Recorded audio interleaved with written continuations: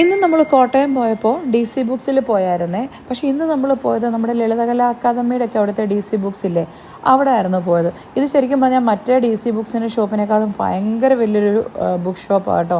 എനിക്ക് ഒത്തിരി ഇഷ്ടപ്പെട്ടു. പിന്നെ ഇവിടെ മറ്റേടത്ത് ഒത്തിരി മലയാളം ബുക്സാണ് കൂടുതലെങ്കിൽ ഇവിടെ മലയാളം കുറവും ഇംഗ്ലീഷ് ബുക്സ് ഒത്തിരി ഉണ്ടായിരുന്നു മറ്റേതിനേക്കാളും കളക്ഷൻസ്. പിള്ളേരുടെ ആണെങ്കിലും വെമ്പിക്കിടിനൊക്കെ കളക്ഷൻ കാണണം കേട്ടോ. ഒത്തിരി കളക്ഷൻസ് ഉണ്ടായിരുന്നേ.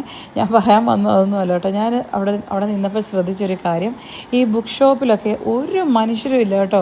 ബാക്കി ഏത് ഷോപ്പിൽ പോയാലും എന്തോ ഒരു തിരക്കാണ്. പക്ഷേ ബുക്ക് ഷോപ്പിൽ പോകണം, ഒരൊറ്റ മനുഷ്യൻ കാണുകയില്ല.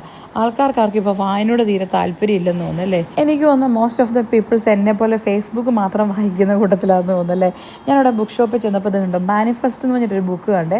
അത് കണ്ടപ്പോഴാണ് ഞാൻ വിചാരിച്ചത്, മാനിഫെസ്റ്റ് എന്ന് പറഞ്ഞിട്ടൊരു വെബ് സീരീസ്, ഒരു സീരീസ് ഇല്ലേ, കണ്ടിട്ടുണ്ടോ? എനിക്ക് ഒത്തിരി ഇഷ്ടമുള്ളൊരു സീരീസാണ്. കണ്ടിട്ടില്ല, കാണണം കേട്ടോ, നല്ല സൂപ്പറാണ്. അപ്പോൾ ശരി, എന്നാൽ ഞാൻ പോയി ബുക്കൊക്കെ വായിച്ചേ കുറച്ച്